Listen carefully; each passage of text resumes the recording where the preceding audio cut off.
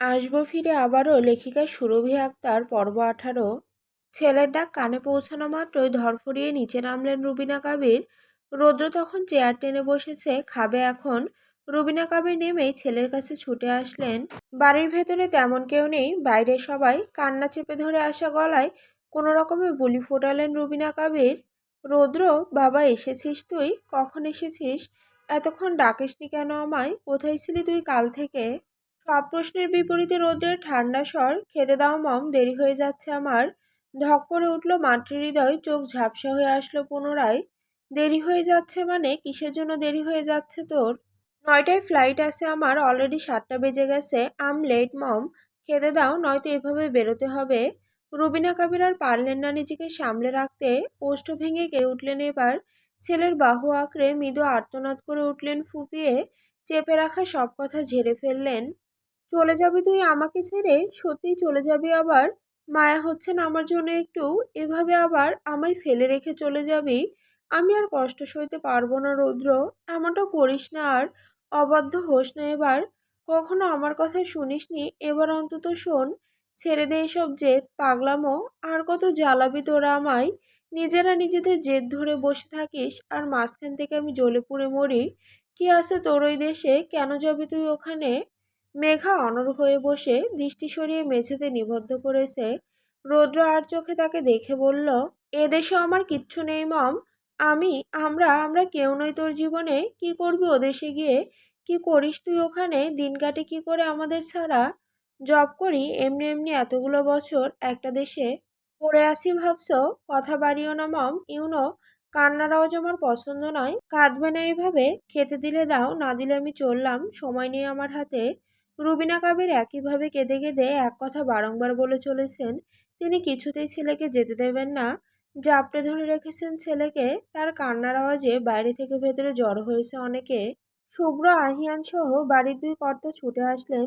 ভেতরে বাহিরের অধিকাংশ লোকজন জড়ো হওয়া মাত্রই রৌদ্র রুবিনা কাবিরকে ঠেলে সরালো নিজের থেকে, ধীরে বলল মায়ের চোখ জোড়া আলগোছে মুছিয়ে দিয়ে, কেঁদো না মম, মানুষ মানুষের অভ্যাস। 5 বছর যখন আমাকে ছাড়া কাটাতে পেরেছ, তখন আজ আমি চলে গেলে বাকি জীবনটাও ঠিক কাটাতে পারবে। কেঁদে কেঁদে মায়া বাড়িও না অযথা। তোমার আর একটা ছেলে তো আছে, বাধ্য ভদ্র শিক্ষিত ছেলে। আমার মতো অবাধ্য অভদ্র ছেলে না থাকলেও চলবে। দিব্যি চলবে এবারই সবার জীবন, ঠিক যেভাবে গত 5 বছর চলেছে সেভাবেই। কথা শেষ করে মাকে ছাড়লো এত এত মানুষের মাঝে। আঁচলে মুখ চেপে ফুঁপিয়ে উঠলেন রুবিনা কবির। শিরার দ্রুত কদমে এগিয়ে আসে। রৌদ্র পিছু ফিরে সিঁড়ি উঠতে গেলে শিরার টেনে ধরে ওর হাত, অবিশ্বাসে শুধুই চাপা স্বরে, রৌদ্র, কি হচ্ছে এসব? Are you serious? দেখ আম্মু কাঁদছে, প্লিজ এসব নিয়ে বাড়াবাড়ি করবি না এখন। শুভ্রর কথাটা ভাব একবার। আজ ওর গেট টুগেদার, বাড়িতে কত শত গেস্ট এসেছেন, আর তুই এখন এসব কি শুরু করেছিস? শেষ করছি আপু, আমি চলে গেলেই সব শেষ হয়ে যাবে। তোমার জন্য এসেছিলাম, আমার ছুটি শেষ, 2 সপ্তাহ শেষ, এবার ফেরার পালা। Everyone, what are you are doing here? Come on guys, please go outside. The event is happening outside, not here, please leave. অতিথিরা একে একে বেরিয়ে গেলেন কথা শুনে রৌদ্র মুচকি হাসলো একটু আধটু।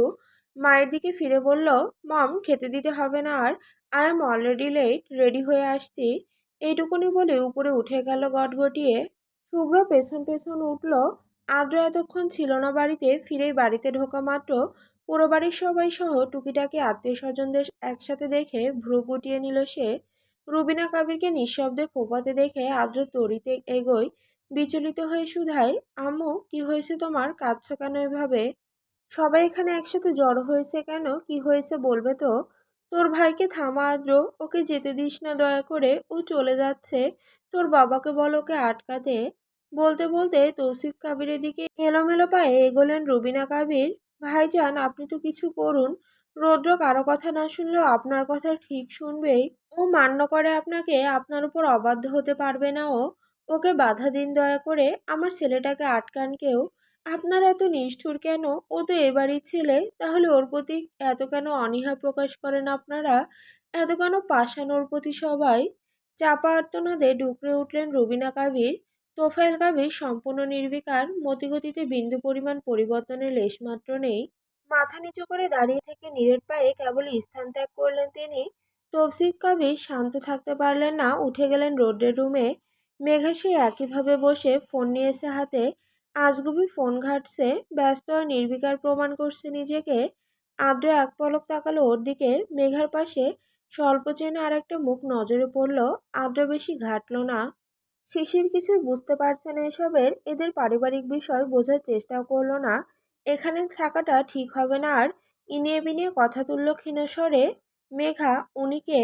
রৌদ্রকে ইঙ্গিত করে প্রশ্ন। মেঘা হাতের গতি বাড়ালো।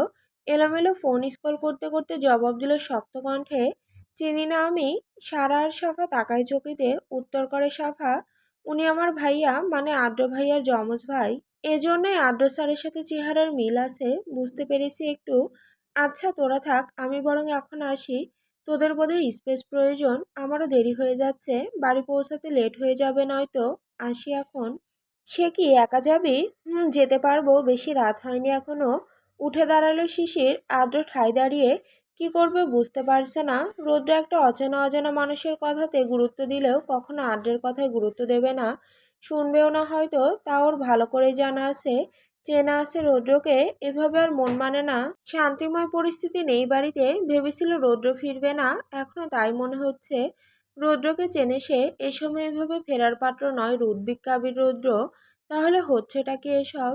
আদ্র চোয়াল নিরেট করলো। এর মধ্যেই ধূপধাপ আওয়াজ আসছে সিঁড়ির দিক থেকে। তৈরি হয়ে লাগেজ গুছিয়ে নিচে নামছে রৌদ্র। পেছন পেছন শুভ্র আর তোফায়েল কাবির। হাজার বোঝানোর পরও বেপরোয়া ছেলের মনকে ফেরানো যায়নি। কানে তোলেনি কোনো কথা। রৌদ্র নিচে নেমে সিঁড়ির নিচে লাগেজ রাখলো। রুবিনা কাবির তা দেখে সমস্ত শক্তি খুইয়ে ফেললেন। ধপ করে বসে পড়লেন চেয়ারে। সিরাত তার বাহু আঁকড়ে ধরল। রৌদ্র হাসলো এক ফালি। সবাইকে উপেক্ষা করে একটু কোমল কণ্ঠে বলল, গুড বাই এভরিওয়ান। মেঘা এক ঝটকায় উঠে দাঁড়ায়। এখানটায় টেকা যাচ্ছে না আর। কোনো দিকে তাকালো না ও। হাতের মুঠোয় ফোন চেপে ধরে মাথা নত করে দ্রুত পদে এগোলো সিঁড়ির দিকে।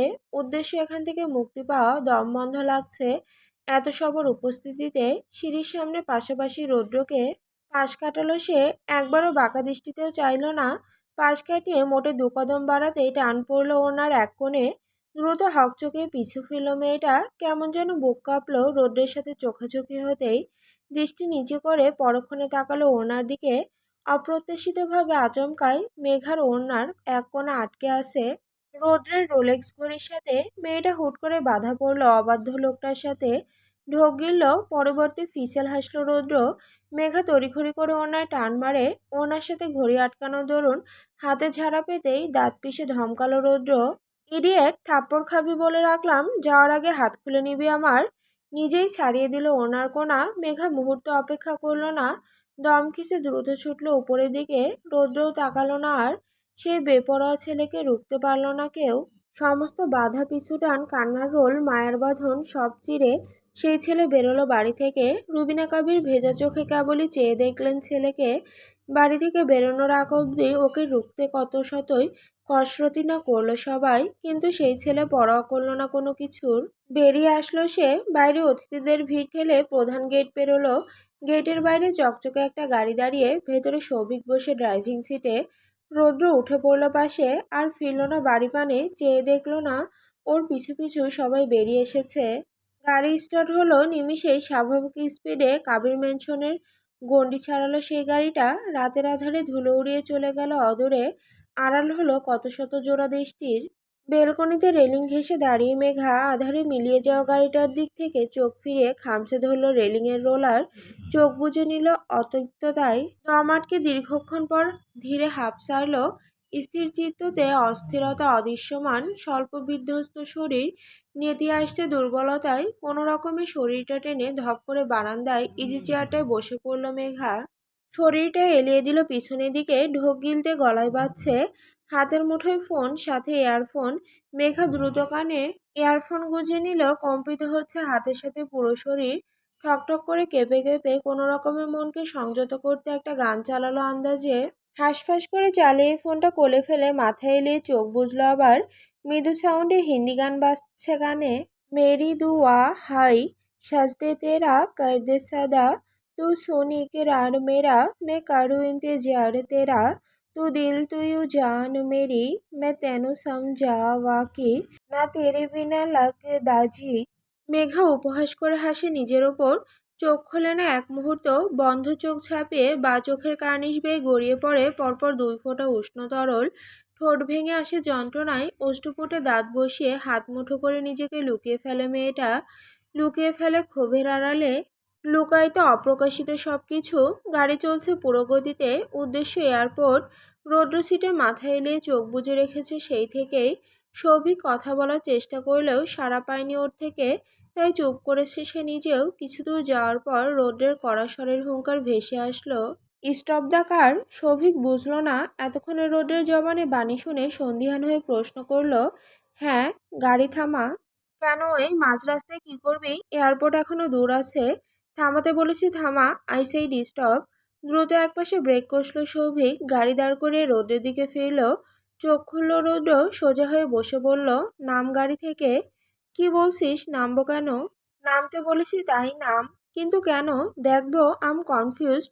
কি করছিস তুই এসব? আবার ফিরছিস কেন সেটাই তো বুঝতে পারছি না আমি। তোকেও তো বুঝতে হবে না, নামতে বলেছি নাম, আর যদি মরার ইচ্ছে থাকে তাহলে বসে থাক। What? Rudy, what are you saying? Shut up, তোকে যা বলেছি তাই কর, নাম গাড়ি থেকে। তপ্ত ধমকে চমকালো সৌভিক, রোদ্রের রক্তবর্ণ চোখ। কথা না বাড়িয়ে সিট বেল্ট খুলে গাড়ি থেকে নেমে পড়ল সে। রৌদ্র ফ্রন্ট সিট থেকে ড্রাইভিং সিটে ট্রান্সফার করলো নিজেকে। সৌভিক গাড়ির পাশে দাঁড়ালো, স্টিয়ারিংয়ে দুহাত রেখে সামনে পানে তাকায় রৌদ্র। অদূরে একটা ইলেকট্রিক শক্তপোক্ত পোল দেখা যাচ্ছে রাস্তার ধারে। এ রাস্তায় যানজটও কম, তাই এই পথ বেছে নেওয়া। পোলটার দিকে একদৃষ্টিতে কিছুক্ষণ তাকিয়ে থেকে দম টানলো বুক ভরে। চোখ বুজে রেখে সেকেন্ড তিনেক বাদ চোখ খুলল। মুখ গোল করে শ্বাস ফেলে স্টিয়ারিং ঘোরালো। গাড়ি দাঁড় করিয়ে ব্রেক চেপে একে একে তরতর করে পুরো স্পিড বাড়িয়ে দিল গাড়ির। সৌভিক জানালা গলিয়ে রৌদ্রের কাণ্ড দেখে ভরকায়। রুডি, কি করছিস? ওর কথা শেষ হতে না হতেই ব্রেক ছাড়ল রৌদ্র। ফুল স্পিডে দুটো এলোমেলো হয়ে ছুটল 4 চাকার গাড়িটা। গতি বেগতিক হয়ে সোজা ছুটল পুরো গতিতে। সৌভিক চোখ গোল করে তাকায়। মিনিট দুয়েকের মাথায় ওর চোখ সম্মুখে ঘটে যায় বীভৎস এক অনাকাঙ্ক্ষিত ঘটনা। দ্রুত বেগে এলোপাথারি ছুটে গিয়ে ধাম করে গাড়িটা ধাক্কা খায় সামনের ইলেকট্রিক পোলটায়। বিকট এক শব্দে থমকে যায় আশপাশ। ফাঁকা যানজটহীন রাস্তায় গুটি কয়েক মানুষ চমকে তাকায় গাড়িটার দিকে। ততক্ষণে গাড়িটার ইঞ্জিন থেকে কালো ধোঁয়া উঠতে শুরু করেছে। সৌভিক বাকরুদ্ধ, চোখে অবিশ্বাস। মাথা চক্কর দিয়ে উঠল ওর। তিরতির করে কম্পিত হলো চিত্ত। বৃহৎ অবিশ্বাস্য নয়নে চেয়ে থেকে সেকেন্ড কয়েকবার অস্ফুট উচ্চারণ করলো, রুডি। রুদ্র বেরিয়ে যাওয়ার পর থমথমে হয়ে গেছে পুরো কাবির ম্যানশন। রুবিনা কাবির নিস্তেজ হয়ে চুপটি মেরে ঘরে উঠেছেন ঠিক তখনই। বাড়ি এবং বাইরের পরিবেশ গুমট। জাঁকজমকপূর্ণ অনুষ্ঠানে স্তব্ধতার রেশে আধার নেমেছে একজনের বেপরোয়াপনার জন্য। শিশির আটকে পড়েছে, বেরোতে পারিনি এখনো। কেমন জড়িয়ে যাচ্ছে সবটা। 8টা বাজতে চলল, এখন আর না বেরোলেই নয়, দেরি হয়ে যাবে নয়তো। বাড়ি থেকে এর মধ্যে ফোন এসেছে কয়েকবার। সাফা কাঁচুমাচু হয়ে দাঁড়িয়ে একপাশে, বলল শিশির, সাফা দেরি হয়ে যাচ্ছে আমার, আমি বরং এখন যাই। ভার্সিটিতে আসবি তো দুদিন পর, তখন দেখা হবে আবার। মেঘা বোধহয় রুমে, ওকে বলে দিস আমার যাওয়ার কথা। সাফা কিছু বলল না, ঘাড় কাত করে সম্মতি দিল শুধু। আদ্র ধূপধাপ পা ফেলে সিঁড়ি বেয়ে নেমে বেরিয়ে যাচ্ছে গটগটিয়ে। সাফা চোখ তুলে তাকিয়ে কিছু একটা ভাবল। শিশিরের হাত টেনে দ্রুত পিছু নিল আদ্রের।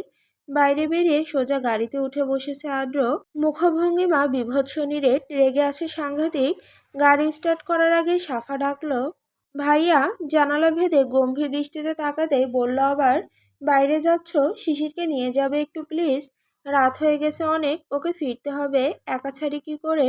তুমি ওকে একটু পৌঁছে দেবে, যাচ্ছই তো বাইরে। শিশির তৎক্ষণাৎ বাধা দিল, আরে না, প্রয়োজন হবে না, আমি যেতে পারবো, পৌঁছে দিতে হবে না আমায়। তুই চুপ কর ভাইয়া, পৌঁছে দাও ওকে। একা একটা মেয়েকে এভাবে একলা ছাড়বো? ও আমার আর মেঘার দায়িত্বে এসেছে, আমাদের রেসপন্সিবিলিটি আছে একটা। আদ্র গাড়ি স্টার্ট করে সামনের পানে তাকিয়ে গুরুগম্ভীর স্বরে উচ্চারণ করলো ছোট বাক্য, উঠতে বল। সাফা চিকচিক করে ওঠে। ফ্রন্ট সিটের দরজা খুলে শিশিরকে ঠেলে বসিয়ে দেয়। আদ্র আদেশের সুরে বলে না তাকিয়ে, তুই মেঘার কাছে যা। শিশিরকে শেষবার দেখে বাড়ির ভেতর ঢুকলো সাফা। আদ্র এখনো অবধি একবারও তাকায়নি মেয়েটার দিকে। স্টিয়ারিং ঘুরিয়ে গলা তুঙ্গে তুলে আদেশ করলো, সিট বেল্ট বেঁধে নাও।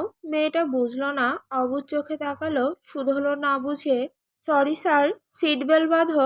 শান্ত স্বর। ততক্ষণে গাড়ি বেরিয়ে গেছে গেট পেরিয়ে। টেনে টুনে সিট বেল্টটা কোনো রকমে আটকেছে শিশির। এত দামি গাড়িতে জীবনে প্রথমবার ওঠা তার উপর ভার্সিটির লেকচারারের সাথে। একে এনাকে ভয় পায় সবাই, গুরুগম্ভীর হিসেবে খ্যাত ইনি সাফার মেঘার বদৌলতে শিশির এনাকে আরো বেশি জানে টুকটাক। ওরা সবসময় বলে আদ্রিয়ান কাবির আদ্র কলেজেই সেই গুরুগম্ভীর, বাকিটা সময় সম্পূর্ণ ভিন্ন। মেয়েটা গুটিয়ে বসে আছে, কেমন জড়তা লাগছে, পিট পিট করে আর চোখে তাকাচ্ছে মুহূর্ত পর পর। মিনিট কয়েকের মাথায় টুংটাং শব্দে আদ্রের ফোনটা বেজে উঠল। 8টা বেজে 7 মিনিট চলে। শুভ্র ফোন করেছে। কানে ব্লুটুথ গুঁজিয়ে ড্রাইভিংয়ে মনোযোগ রেখে ফোন রিসিভ করলো আদ্র। হ্যাঁ ভাইয়া বলো। ফোনের ওপাশ থেকে কিছু একটা বলতেই তড়িতে চোখ মুখে পরিবর্তন আসে আদ্রের। তাৎক্ষণিক শিঙ্গে উঠল চোখ সহ কপাল। ভরকানো অভিব্যক্তি প্রকাশ পেল নিরেট মুখবয়বে। সহসা ব্রেক পড়ল গাড়িতে। সশব্দে হাঁসফাঁস করে উচ্চারণ করে আদ্র, হোয়াট। ওপাশ থেকে আরো কিছু বলল। দুলে উঠল আদ্রের সম্পূর্ণ শরীর, কাঁপল দৃষ্টি যুগল। কণ্ঠমণি ওঠানামা করলো ঢোক গেলার সাথে সাথে। খুবলে চেপে ধরলো স্টিয়ারিং, কেঁপে কেঁপে উচ্চারণ করলো বাধা ধরা গলায়, আমি এক্ষুনি আসছি ভাইয়া। ইঞ্জিন চালু হলো পুনরায়। শিশির না বুঝে পিটপিট করে তাকিয়ে আছে আদ্রের ভরকানো অস্থিরতা দেখে। পুরোপুরি দৃষ্টিতে তাকালো মেয়েটা। কপালের পাশে শিরা ফুলে উঠেছে আদ্রের। ঘাম গড়িয়ে পড়লে চিবুকের ধার ঘেঁষে। গাড়ির স্পিড বাড়ালো সে। শিশির চোখ গোল গোল করে তাকায়, নড়ে চড়ে বসে, ধীরে বলে, স্যার আর ইউ ওকে। উত্তর নেই। ধরফর হৃদয় লোকটার অবস্থা টালমাটাল, উচাটন। অবিন্যস্ত হয়ে বারংবার ঢোক গিলছে ব্যস্ত শহরের ব্যস্ত রাস্তায়। বাদবাকি গাড়িগুলোকে অতিক্রম করে উদগ্রীব হয়ে ছুটে চলেছে ওর গাড়িটা। গন্তব্য পাল্টে নির্দিষ্ট পথে ছুটেছে, গতি অনিয়ন্ত্রিত। শিশির ভরকায় আকস্মিক এমন আচরণে। গাড়ির গতি ক্রমশ বাড়তে দেখে মুখ শুকিয়ে আসে মেয়েটার। রাস্তায় যানজট প্রচুর। স্যার কি করছেন? স্পিড কমান, অনেক জ্যাম রাস্তায়। এভাবে ড্রাইভিং করছেন কেন স্যার? আদ্র গুরুত্বহীন, দিকবিদিক জ্ঞানশূন্য সে। মাথা কাজ করা বন্ধ করে দিয়েছে। শূন্য হয়ে আসছে মস্তিষ্ক, শুকিয়ে আসছে কণ্ঠনালী। কম্পন অনুভূত হচ্ছে সর্বাঙ্গে। কি শুনলো ও? শুভ্র কি বলল ওকে? চোখ জ্বলছে, কান ঝাঝা করছে ওর। রাস্তার সব গাড়িগুলোকে এলোমেলো হয়ে অতিক্রম করে গন্তব্যে পৌঁছাতে উদগ্রীব সে। এভাবে গাড়ি চালালে যে কোনো মুহূর্তে অঘটন ঘটে যেতে পারে। শিশির ফের বলে থেমে থেমে, স্যার স্যার প্লিজ আস্তে ড্রাইভ করুন। এভাবে যে কোনো মুহূর্তে কিছু একটা হয়ে যেতে পারে। ট্রাফিক রুলস বহির্ভূত এত স্পিড গাড়ি চালানো, please control. Oh shut up. ঘ্যান ঘ্যান করবে না কানের কাছে, চুপচাপ বসে থাকো। তপ্ত ধমকানিতে চমকে ওঠে মেয়েটা, সিটিয়ে যায় জানালার দিকে। আদ্র এলোমেলো শ্বাস ফেলছে, হাঁসফাঁস বেগতিক অবস্থা। মেঘা ঘর হতে বেরোয়নি। খানিকক্ষণ স্থবির হয়ে বসে থেকে ফ্রেশ হয়ে নিয়েছে। ওয়াশরুম থেকে বেরোনো মাত্রই মুখোমুখি হলো টুকটুকির। হন্তদন্ত হয়ে হুমড়ি খেয়ে ঘরে ঢুকলো মেয়েটা। মেঘা দেখেও দেখলো না, দৃষ্টি সরালো। টাওয়াল দিয়ে ভেজা মুখ মুছতে মুছতে গতিহীন দাঁড়ালো মিররের সামনে। চোখ তুলতেই আয়নাতে দ্বিতীয়বার সাফাকে দেখতে পেল। দরজার সামনে ঠিক এক জায়গাতেই চিপকে দাঁড়িয়ে আছে মেয়েটা। অদ্ভুত এক দৃষ্টিতে তাকিয়ে আছে মেঘার পানে। মেঘা কপাল কুঁচকালো, ময়শ্চারাইজার হাতে তুলে। যেভাবে তাকিয়ে প্রশ্ন করলো হালকা স্বরে, ওভাবে কি দেখছিস? ওষ্ঠ ভেজায় সাফা দুর্বল পায়ে এগোয় ছোট ছোট কদমে। বাঁধা গলায় ডাকে থেমে থেমে, মেঘা। কি হয়েছে? মেঘা ভাইয়া। ভাইয়া কি হয়েছে ভাইয়ার? ভাইয়া নয়, আদ্র ভাইয়া নয়, রৌদ্র ভাইয়া। মেয়েটার আধো আধো কম্পিত স্বরে রৌদ্রের নাম শোনা মাত্রই প্রতিক্রিয়া বদলালো তাৎক্ষণিক। মুখ শক্ত করে নিল, দৃষ্টি নামিয়ে উপেক্ষা করে পাল্টা কিছু শুধালো না আর। চিরকাল বাদ সাফা চুপ থাকতে পারে না, বলেই ওঠে ধরা গলায়, এয়ারপোর্টে যাওয়ার পথে রৌদ্র ভাইয়ার গাড়ির অ্যাক্সিডেন্ট হয়েছে মেঘা। ভাইয়া এখন হসপিটালে।